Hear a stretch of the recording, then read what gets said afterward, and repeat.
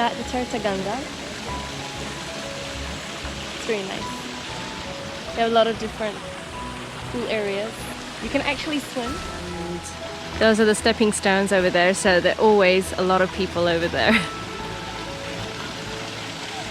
Look at how big these fish are. They're huge. You can also feed the fish over here. They sell some fish food outside. You have 3 packets for 5,000 Indonesian rupees.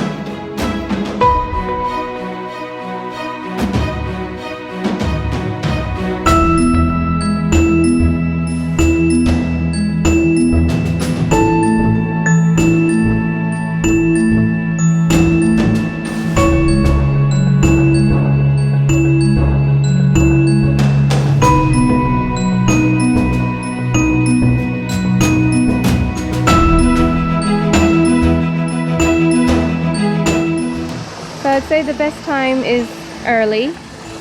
There's still quite a few people here, but we have areas where we are just, we have some areas to ourselves.